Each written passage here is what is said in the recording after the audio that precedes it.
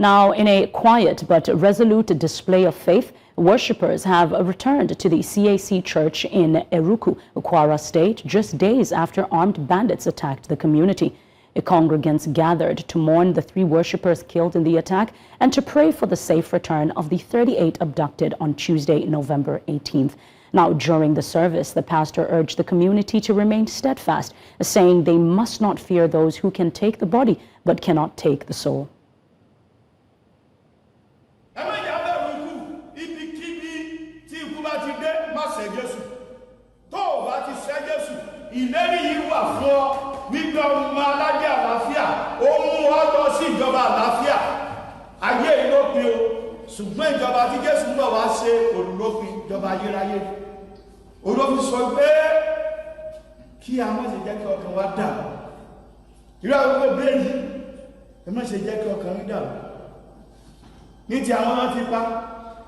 I want you to rejoice.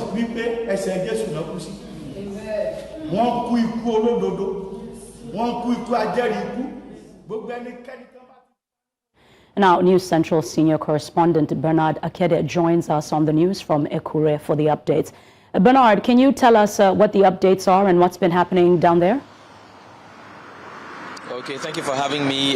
We currently are in Ilorin, the state capital. We've left the scene of that particular issue, that particular crisis, Eruku community.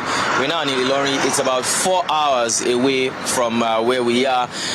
Well, as of yesterday, we weren't sure. I believe even the pastor himself, when I spoke to him, Pastor Bamidele, who you saw in that clip, wasn't sure if they were going to hold Sunday service. The information must have come to him later in the evening, and then they disseminated to the worshippers. And that's why you see the scanty attendance there in the church. Also worthy of note is the fact that certain people from the community have fled because of the insecurity crisis that they had on Tuesday. We did notice that on our way to the community on Friday. However, the traditional monarch in the community there, while we spoke to him, he encouraged people to please come back, believing the words of the governor and security operatives that security will be restored to the community. We can also confirm that there now are an increased number of security operatives there. Officers of the Nigerian Army and the Nigerian Police are currently in the community there.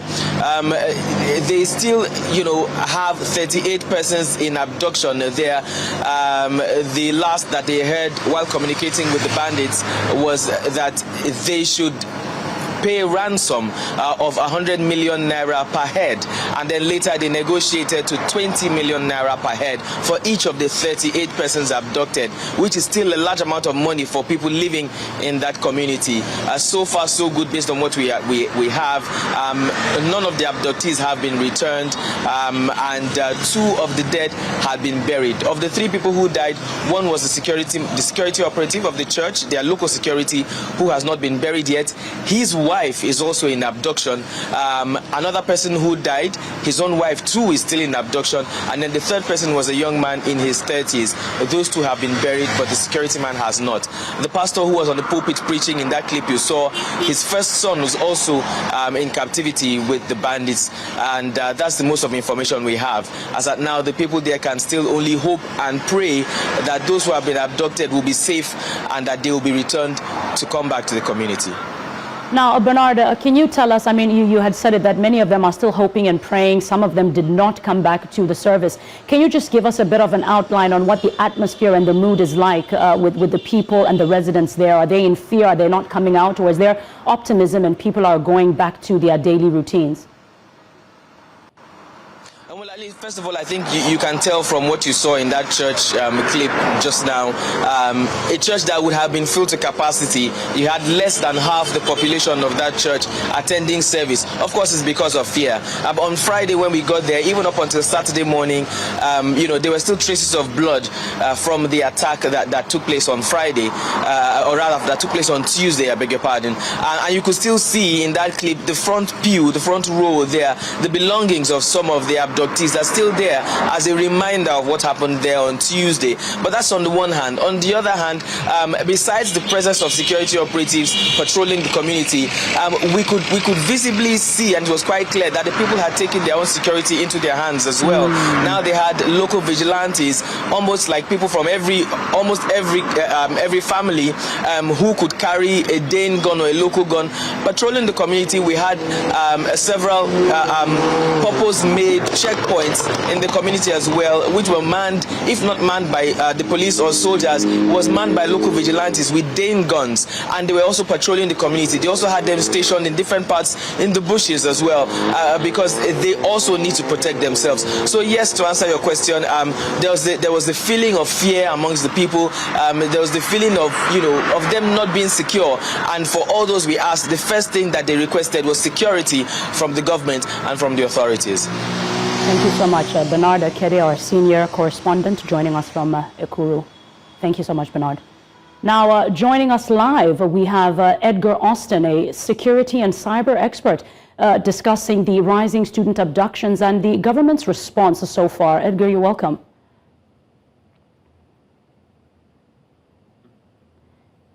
You might be on mute, sir. Please unmute yourself.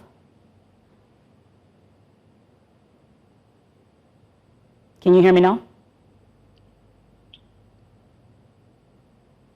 Hello, EGAR, can you hear me? I think I'm audible. 100%.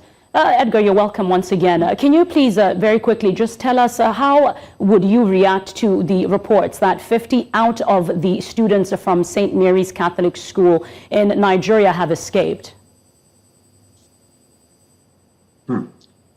I think the situation we are getting now is quite alarming because they are trying to confuse the public or confuse the international community based on the allegation from the US. They're trying to make a case that it's not genocide by Christians, as the news have been reported. I think if they said they have escaped, where are the children? Where are they if they have escaped? But at the same time, we cannot say that they have been killed, or for now, we don't really understand. And that is why we keep looking at our system, because a system is supposed to react quickly to this kind of condition. Since we'll be having this kind of insecurity, there should be a team, a response team that will quickly intervene if things like this happen. And it is this more than 24 hours, and we are still getting this kind of complaint. I think I'm seeing this as a failure from the government, the system we have currently. That's my reaction on this very aspect. And now, in terms of your assessment on security, what is your assessment on the current security situation in Nigeria, especially with the recent wave of school and church abductions? I think what I can assess right now is from the bandits' point, or the bandits, the terrorists, or the headsmen, whatever they call them, but we know that it's the same branch from the big tree. What I am seeing is that the escalated attack is based on one, it could be because of the tension that is currently in. Either they want to fund they are looking for every funding for their operations, self-funding for their operations. That could be one part. Another part could be that they just want to get that funding and find a way of escape. I think from the intelligence I gathered, somewhere in the border town of Cross River State, Ikom to be precise, they have seen some of them trying to escape out of Nigeria to Cameroon. And so, and then another part is that they are using them as a human shield. In case there is attack from the federal government by airstrike or by any means, by using them as captives, or they're using it as a human shield for escape. That could be the possible situation. But I will say that I was expecting this to happen because we have military rule in Burkina Faso, Niger, and Mali. And some of these elements, even when you hear them speak, you know that they are foreigners. And we also have escalated attack from South Sudan. So there's a push from there, because when they have military presence, they don't tolerate all this terrorism. I think there's a push from those areas, and they are gaining access to Nigeria, and that's why we have this kind of escalated attack. Another part I see is that these cells already exist in our communities. probably we don't know, we've just been walking freely, but it exists in our communities. So with this, I think they are coming out from every angle to attack. Now, Edgar, I'd like to just probe you briefly, because you are a security expert. It's been released that 50 of these children have escaped. What are the necessary protocols and measures with regards to investigating or interviewing these young children? Perhaps maybe trying to retrace their steps and finding where they escaped from? Because, we aren't certain of the ages, but for them to be able to escape, they should be of age to at least be able to have been interviewed, and then maybe an investigation of trying to retrace their steps. Have those things have they been done, and what is the protocol? Do they just go home and life continues as it is, or is the government supposed to intervene, and has that been done already? I don't think, I think when it comes to investigating little children or interviewing them, it's something that is very emotional. You have to bring them very close. And it's not a good thing to just allow them go home. You need to, because they are already traumatized. Right. What kind of a society that at this age, little children will see themselves they go to school and they can't come back. Right. So there should be a way of receiving them, and then asking them, make the environment very friendly, and try to inquire what happened. Can you remember anything? Do you know them? That at least make them feel comfortable, and probably provide some help. Some psychological help for them, and then before you can release them back to their parents. 100%. So that is very essential. So if they have escaped, have the law enforcement for them? I'm yet to confirm that. All right. And in your view, Edgar, what are the main challenges security agencies face in preventing mass kidnapping in schools and in places of worship currently?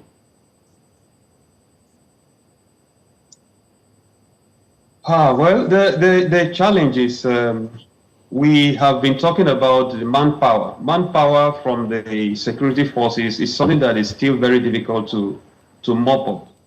And like if you count the number of schools and also worship centers, you can see that there are many. So if these people are coming to attack, not a particular worship center they are going to attack, or which particular school. So that means they have to recruit more people from local services like vigilante. We have been talking about it. I know the federal government is working around that, but it's too slow. There are issues that step towards this is too slow, and that's why they have seen this vulnerability in the system, and they are capitalizing and attacking our children in both schools and attacking worshippers. So we have always recommended that, since the regional restructuring has been difficult to accept, probably the state policing should have been accepted, because things like kidnappings and all that, the police should be able to arrest that. If they are properly trained and armed, the police should be able to do that, because they provide the civilian security more than the military force. The military force should come in when their police are a bit overpowered. But even then, we don't see the police. If you look around the street, you won't see them, because they're engaged in other functions that, that's really not helping us. Right. Edgar, now in your own personal opinion, do you think that the recent deployment of the Minister of State for Defense to Kebbi will have a significant impact on rescue operations? I don't understand the reason for that. I do not understand the reason for that. What is going to be his impact going over there? He's a minister, he's at the policy level. So if he's finding himself on the field, that means he has failed. He should remain in his office. What is he doing at Zamfara? I don't see what is it. What if he's kidnapped on site? What happens to the operations? So I believe that it's not safe for him to go to that kind of a place. He should be at the headquarters, giving assistance, giving support to the military. What is he doing there? What if there is another attack in Benue, there's another attack in Jos, so he will keep flying from state to state? I think when I saw it, I was like, that doesn't show anything. If he's going to visit, and then return back to his office, it's fine. But I don't see that he has to move his office to the side. It don't make any sense. It don't make any sense. Right. Thank you so much, Edgar, for your insights. We'll let you go. Thank you.